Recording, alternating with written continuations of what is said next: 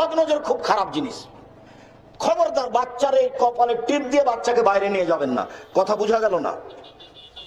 টিপ দিয়ে বাচ্চাকে বাইরে নিয়ে যাবেন না, বাচ্চাকে সাজগোজ করে বাইরে নিয়ে যাবেন না, সন্ধ্যার সময় বাচ্চাকে ছাদের উপরে নিয়ে যাবেন না, সন্ধ্যার সময় বাচ্চাকে উঠানে আগিনে নিয়ে যাবেন না, বাড়ির চত্বর বাইরে নিয়ে যাবেন না।